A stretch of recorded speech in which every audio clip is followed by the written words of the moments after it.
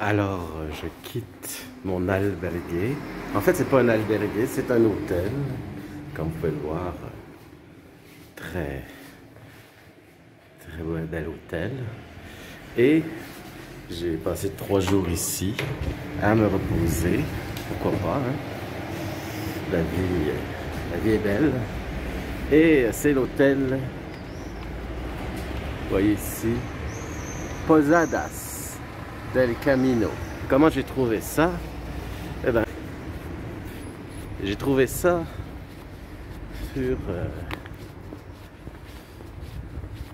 sur le Miam Miam Dodo. Alors, c'est tout simplement sur le Miam Miam Dodo. Et là, vous voyez, comme tous les matins en Espagne, c'est très calme. Eux, les Espagnols, ils fêtent la nuit, le soir. Je peux vous le dire, ça a fêté 3 jours sans arrêt à Burgos. C'était une fin de semaine de fête. Alors, pour moi, ça recommence. Et le dernier droit, il me reste à peu près 500 km à faire jusqu'à Compostelle. Et c'est parti. Alors, on retrouve beaucoup de ce genre de statues, à Burgos. Très joli, très bien réalisé. Ça vaut un gros plan des paysans de la région.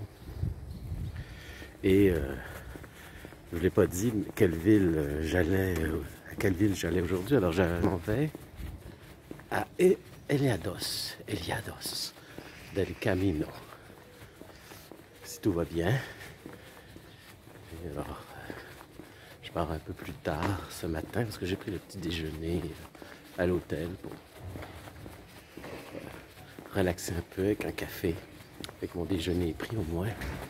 Alors, c'est parti pour Eliados del Camino. Alors, voici une sculpture que j'aime beaucoup, qui est juste en face de la cathédrale de Burgos, que comme vous pouvez le voir. Je voulais juste, avant de quitter Burgos, vous dire une dernière chose. Alors, ceux qui se souviennent de mon exposition, pas de mon exposition, mais de la visite de la cathédrale, quand j'ai fait un tour des salles pour montrer un petit peu la beauté de cette cathédrale qui est vraiment unique au monde, à voir absolument. Alors ceux qui se souviennent de ça, il y avait une salle où il y avait un couple que je disais très important. Eh bien ce couple-là, c'est en fait le personnage qui était là surtout, c'était le Cid. Alors le Cid, c'est un des plus grands personnages espagnols qui est né à Burgos justement et qui fait partie de la Reconquista, la reconquête. La reconquête, c'est quand les Espagnols ont réussi, après 700 ans de domination arabe, à reconquérir l'Espagne, leur pays, la Reconquista.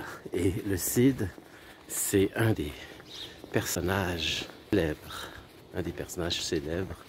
qu'il faut honorer ici. Alors c'est ce qui est arrivé. Alors ils l'ont enterré chez lui. En fait, ils ont fait une salle spéciale, comme on a pu voir, qui est la salle que je vous ai montrée, qui était vraiment très belle, en son honneur. Et c'était lui. Alors je cherchais le nom à ses pieds, il y avait des écrits en espagnol et je n'ai pas vu. Je le savais inconsciemment, je savais que c'était le Cid parce que je l'avais déjà lu, mais je l'avais oublié. La mémoire est une faculté qui oublie. Et voilà, alors je me rattrape et je vous le dis maintenant, c'était le Cid qui était enterré dans la cathédrale de Burgos.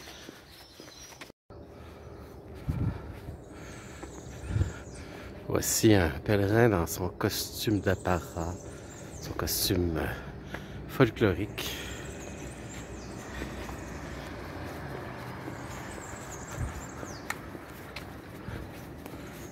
Le soleil est de retour.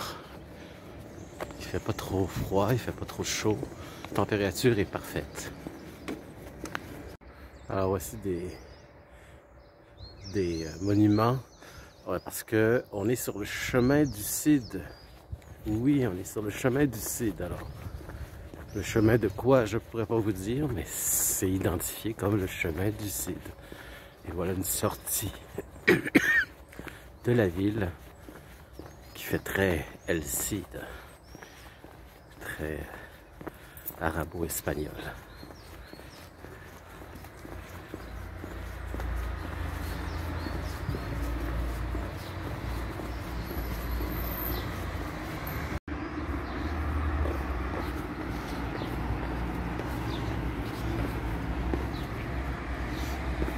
Alors, c'est toujours un peu compliqué de sortir des villes. Comme vous pouvez le voir, on fait du zigzag. On cherche les flèches jaunes, qui sont souvent bien cachées. Comme si, regardez, elle est cachée juste là, mais il faut la trouver. Tu sais, il faut bien regarder, surtout dans une ville. Regardez ici, elle est juste là. Et surtout que dans une ville, ben, il y a tellement de choses un peu partout, la publicité, etc. C'est toujours compliqué de sortir d'une grosse ville. Voici une sculpture qui fait très penser à du Henry Moore, un mélange entre le surréalisme, Picasso, etc., etc. Malheureusement, je vois pas le nom de l'artiste affiché. Je peux chercher un petit peu, mais je vois pas de nom d'artiste. Ce qui est dommage. J'aurais voulu savoir qui a fait cette fontaine, qui est très belle. Et en face, vous avez une piscine. C'est bien qu'il y ait des piscines. De temps en temps, ça fait du bien de nager un peu. Ici, vous avez un superbe portail pour la faculté de droit de Burgos. Alors, ça vaut vraiment la peine de vous montrer ça. Comment ça... Ils ont une belle faculté de droit à Burgos.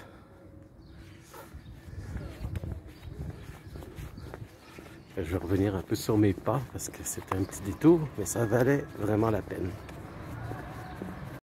Alors, je suis enfin sorti de Burgos. Je suis sur une belle route de campagne, comme vous pouvez le voir.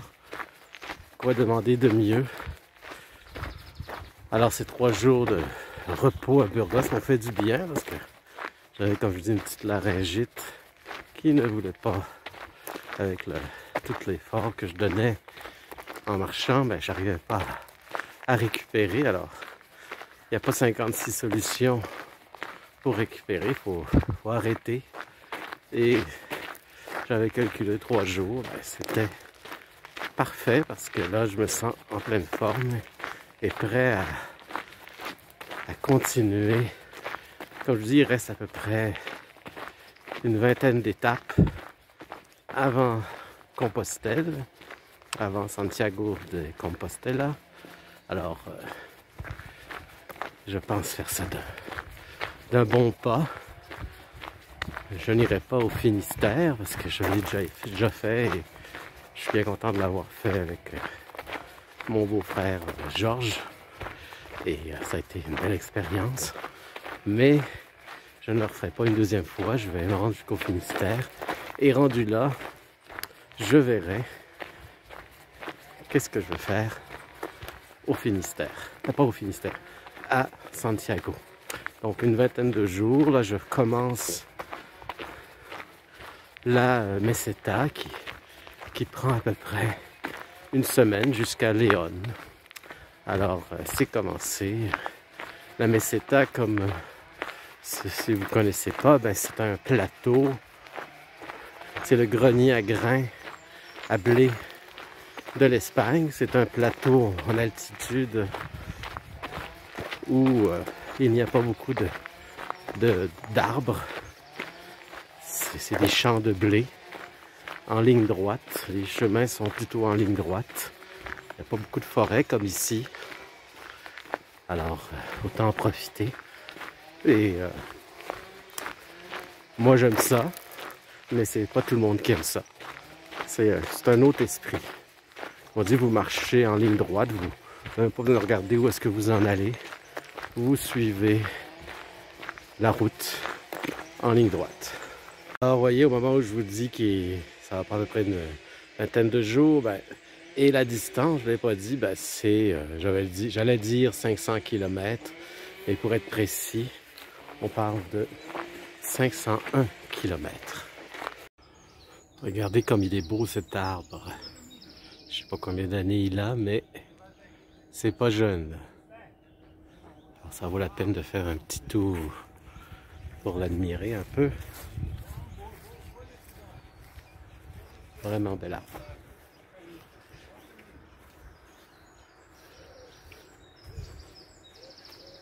Je suis à Villa de Burgos. Alors c'est l'arbre de Villa Birga de Burgos. Peut-être que je le prononce mal parce que 2 L, c'est Lia. Alors c'est Villa de Burgos. Et il y a des oiseaux dans un champ. Est-ce que ce sont des cigognes? D'habitude, on les voit dans des nids. Alors ici,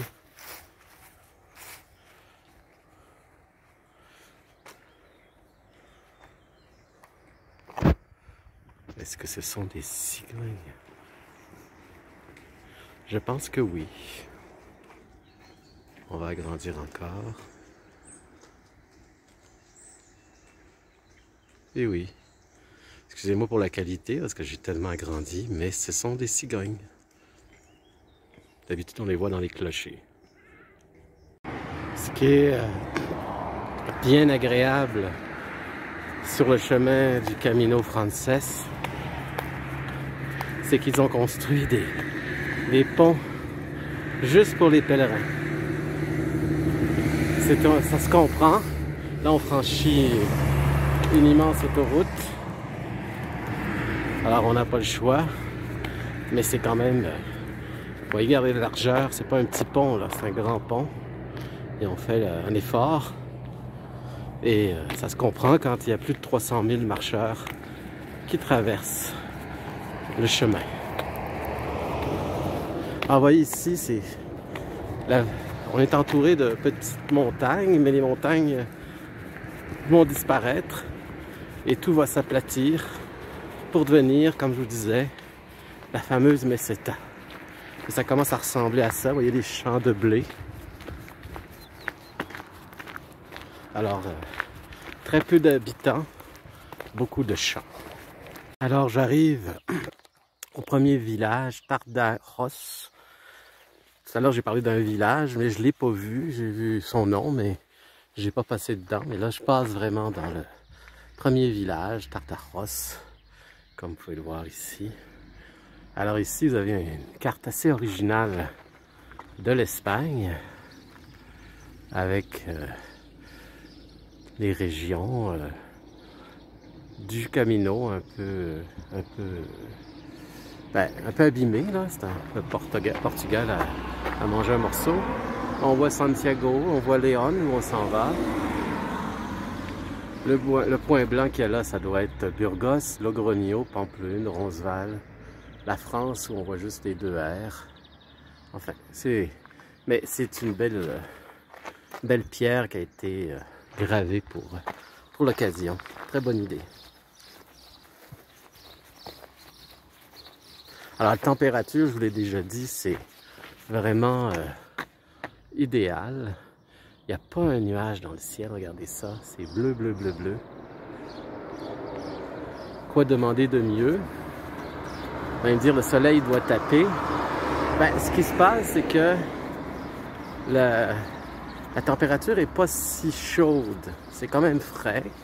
Alors le soleil vient nous équilibrer ça. Alors ça fait un équilibre chaud et froid vraiment parfait. Alors c'est vraiment un temps idéal. Et je peux vous dire, après mes 3 jours de repos, que c'est comme si j'avais 2 nouvelles jambes. Les jambes sont comme régénérées. C'est fantastique comment on peut se remettre en forme rapidement. Mais il faut prendre le temps d'arrêter. Et mes jambes sont comme... je ne les reconnais pas, tout simplement. C'est comme des nouvelles jambes. Des nouveaux pieds. Et c'est vraiment agréable de marcher dans ces conditions. Parce que je m'étais un peu abîmé les pieds à un moment donné, puis pour que ça guérisse. Ben là, c'est guéri. Bonne nouvelle. Alors, voici l'église de Terre d'Arros. Alors, comme beaucoup d'églises qu'on va voir sur le chemin, les églises en Espagne, souvent, ont l'air de fortification. Alors, elles servaient à la fois d'église, de lieu de culte, mais aussi de lieu de sécurité. Les villageois se rassemblaient là et se protégeaient contre les envahisseurs. Alors, c'est pour ça que certaines églises, comme celle-ci, je trouve, très carrées, en tout cas très solides. Je suis sûr qu'on s'enfermait là-dedans et il n'y avait aucun risque de se faire, que quelqu'un puisse rentrer. C'était bien protégé. Alors nous sommes dans le village de Rabé de las Calzadas. Rabé de Calzadas. Et vous voyez ici l'église au loin qui apparaît. Et ce que je veux vous montrer, c'est que je trouve qu'elle ressemble un peu au côté minaret. Alors vous savez que l'Espagne a été sous domination arabe pendant plus de 500 ans. Alors ça a laissé des marques. Plus vous allez vers le sud de l'Espagne, plus vous allez retrouver ce mélange christianisme et arabisant. Enfin, l'arabo-christianisme mélangé. Et là, je trouve que cette église, là, je l'ai agrandie, fait très arabisant. Je ne sais pas si vous êtes d'accord avec moi. Voici une très belle fontaine. On est toujours dans le même village que je vous ai donné tout à l'heure. Le nom m'échappe. C'est bien avec le clocher un peu arabisant. Et là, je vais prendre mon chapeau, regardez. Et je vais le mouiller. Ça me permet de, en mouillant mon chapeau, de supporter mieux le soleil qui tape. Le soleil espagnol.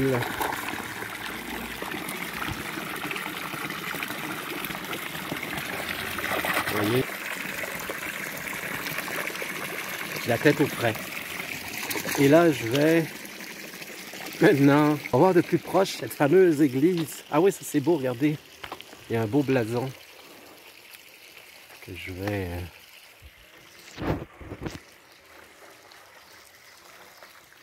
vous montrer. Oups. Reculer un peu. Un beau blason de la ville, probablement. Alors, je voulais vous montrer ici, avec des nids de cigognes, encore une fois, ce clocher. Alors, ce que faisaient les Arabes, pas les Arabes, les Espagnols après la conquête, la Reconquista, au lieu de tout reconstruire à l'espagnol, ce qu'ils faisaient, c'est qu'ils gardaient les structures que les Arabes avaient fait, comme ici. On va revoir. On va très bien voir d'ailleurs, j'imagine. Voilà. Vous voyez, ça fait très minaret. Et il rajoute une croix là-dessus, puis ça devient catholique. On devient catholique. Alors, il y a beaucoup de structures, surtout en Andalousie, qui était très arabe.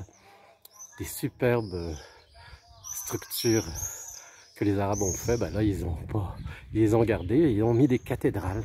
Ils ont associé ça à des cathédrales.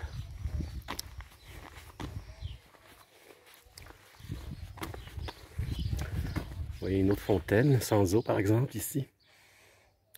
Je ne sais pas c'est quoi, parce qu'il y a des dragons. Et ici, on a une belle murale de pèlerins. Fontaine, évidemment, avec la musique.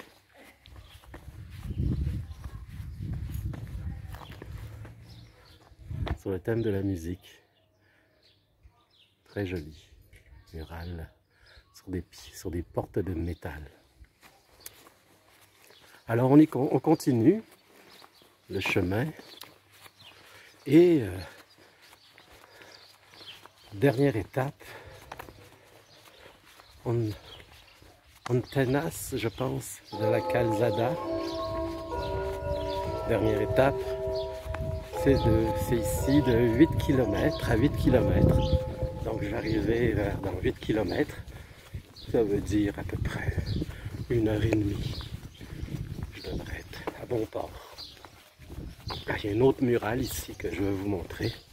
J'en profite. J'aime beaucoup la prochaine murale. Alors c'est des personnages très connus. Alors vous avez Martin Luther King, vous avez Gandhi et Albert Einstein. Et vous avez aussi une murale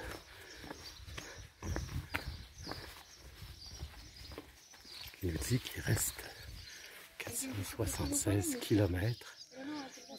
C'est toujours approximatif. Tout à l'heure, on avait 501 km. Et vous voyez la flèche, ben, on ne peut pas la manquer non plus. Hein. Ah, voici la murale que je voulais vous montrer. Elle est un peu fatiguée, elle aurait besoin d'être rafraîchie, mais elle est très belle. Avec nos 3 personnages ici, nos célèbres 3 personnages. Et vous avez le chemin des étoiles, avec la borne, la célèbre borne, qui est bien illustrée. Sauf qu'elle est un peu écaillée. Plus loin, vous avez une autre murale, ici à gauche, plus récente. Fait que vous voyez, il y a beaucoup de murales, on va en voir beaucoup.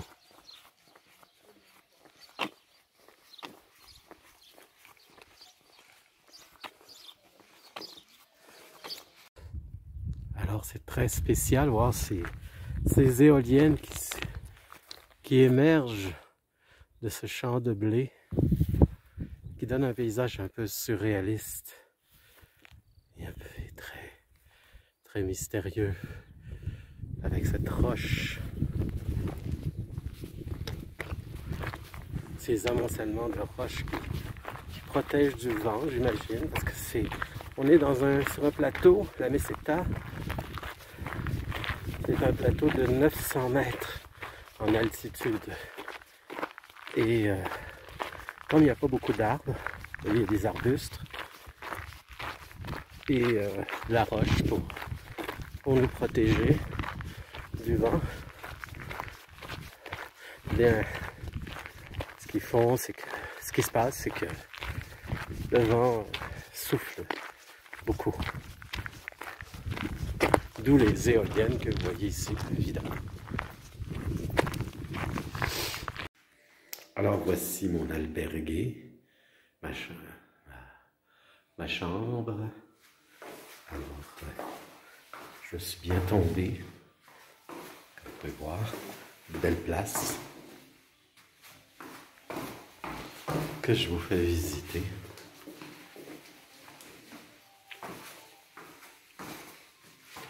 Je ne sais pas le nom encore de l'albergue, mais je vais le savoir dans quelques instants. Voici ma salle à manger. avec son jardin. Un petit jardin. Oh, et même une piscine hors terre. Ça, c'est bien, ça.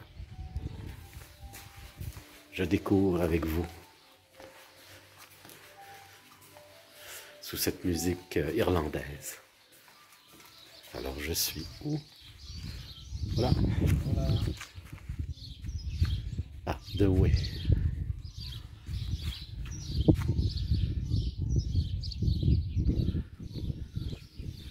Alors, c'est l'albergue The Way, qui est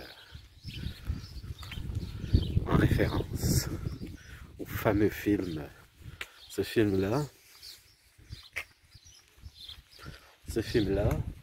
a fait que plein d'Américains, en fait la majorité des Américains et des Asiatiques aussi, qui ont vu le film, viennent faire le chemin avec ce film, avec Martin Sheen. Alors on découvre le village.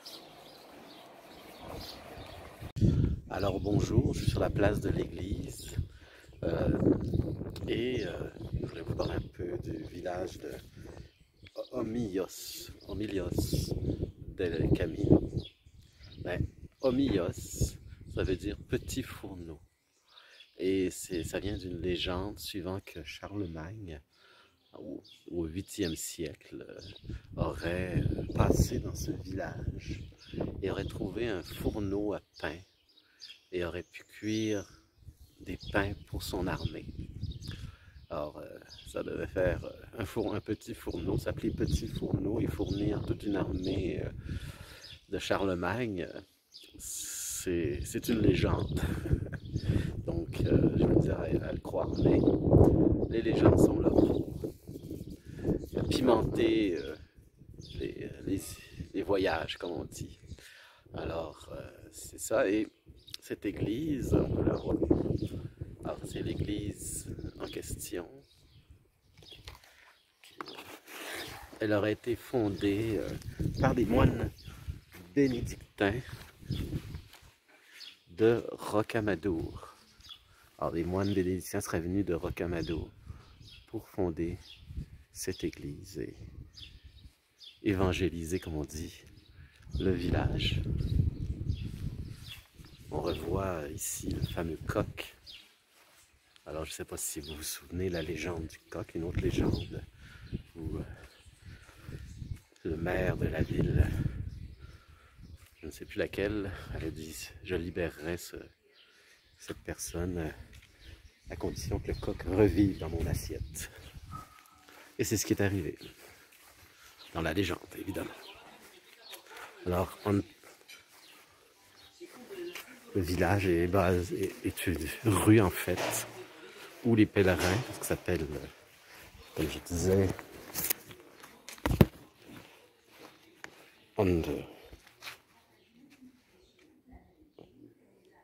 Onillas, en tout cas, c'est Del Camino, donc c'est un village qui a été bâti pour le Camino. Et donc, tout passe par ce chemin des pèlerins.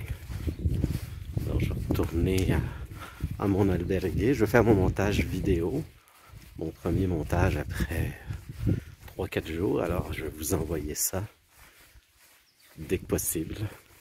Je suis content de pouvoir me remettre à l'édition vidéo. Et je vous souhaite une bonne journée.